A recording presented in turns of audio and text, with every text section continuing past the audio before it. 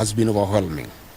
To my core principles, Honorable Stephen Kalonzo Musyoka and Eugene Wamalwa, before, during, and after the impeachment, you have been with me every step of the way. To my core principles of the United Alternative Government, you have been a family to me. To the senators and MPs from across board who stood with me, you are harassed, intimidated, but refused to succumb to bribery. May God bless you. The journey has just begun. To the innocent civil servants, including gardeners, cleaners, tea girls, office messengers, who suffered the brunt of this regime, you are harassed, intimidated, threatened, and embarrassed. Justice will be served one day. This ruling was about you. I know it still pains you, but I thank you very much for standing with me and my family all along. May God bless you and your families most sincerely.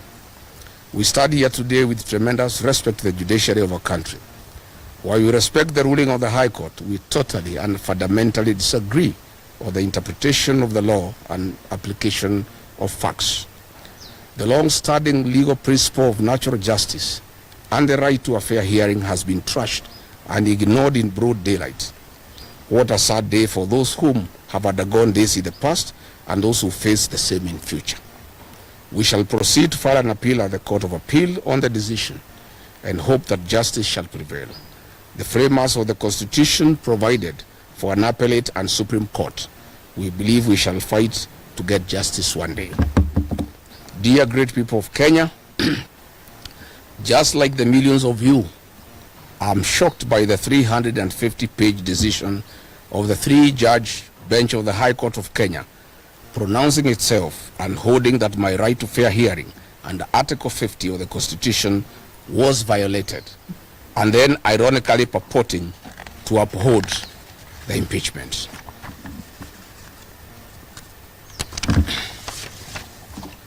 It is lost on all of us how the actions and decisions of Parliament, categorically determined by the three-judge bench as unconstitutional and a product of an unfair process, can then be deemed valid by the same bench.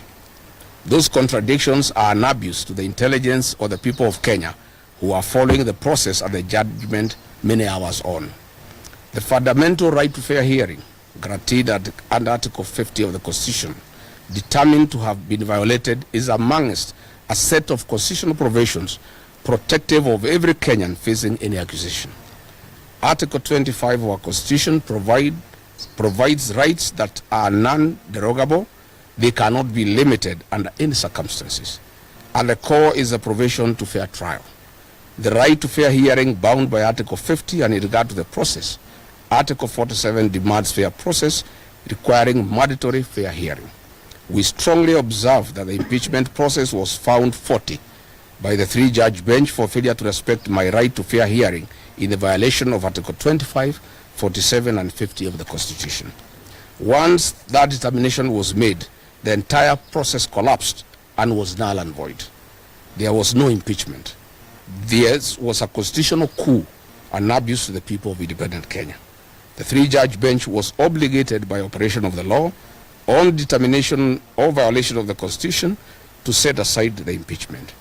The decision by the bench to then purport to uphold the impeachment in the face of its decision or violation of the Constitution is in itself a violation and derogation of its responsibility under Article 165.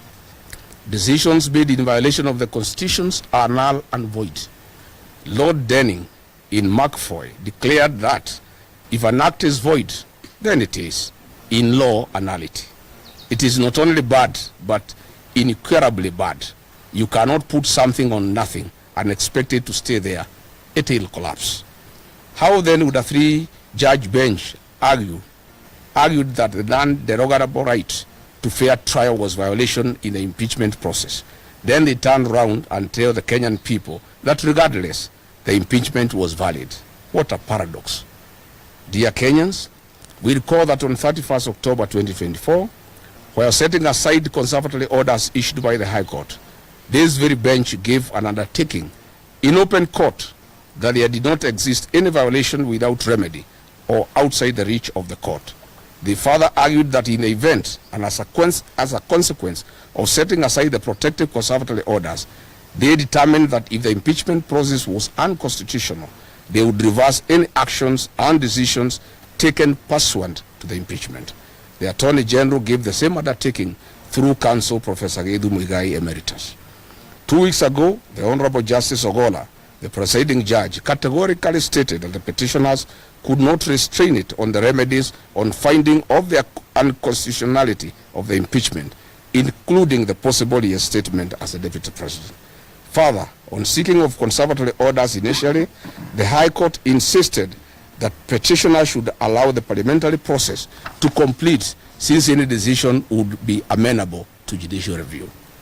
It is then astonishing that in this judgment, after pronouncing itself and determining that the impeachment process violated my right to fair hearing, the three-judge bench purported to hold that the impeachment was nevertheless valid and permanent.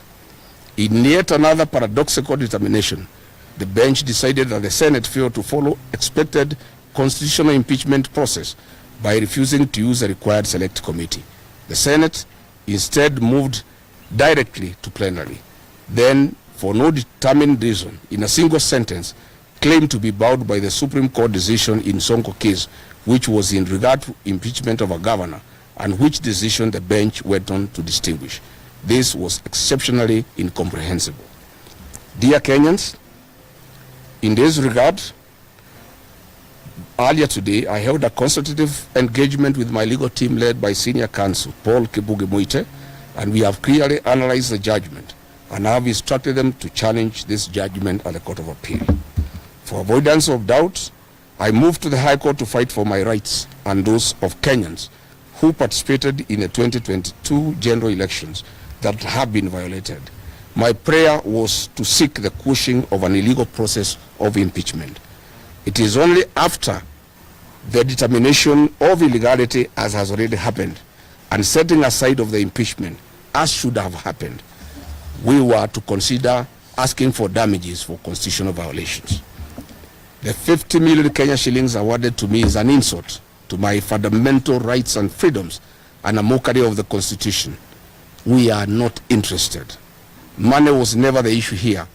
Justice and constitutional supremacy was.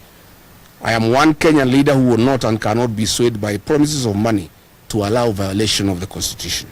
I stand as a matter of principle to protect constitutional rights and defend the Constitution. This is an oath that I sow, and Kenyans know me for that. If I was interested in money, Mr. William Ruto had offered me 2 billion Kenya shillings in an effort to entice me avoid impeachment and choose resignation. But I stood for my rights and that of over 7 million Kenyans who voted for me. I rejected this offer and faced the National Assembly. This is in public domain.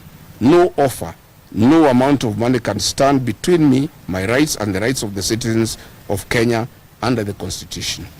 So if I could reject 2 billion, offering me 50 million, is a serious joke.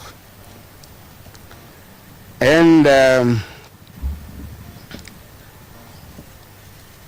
retired principal called me last night, listening to the judgment.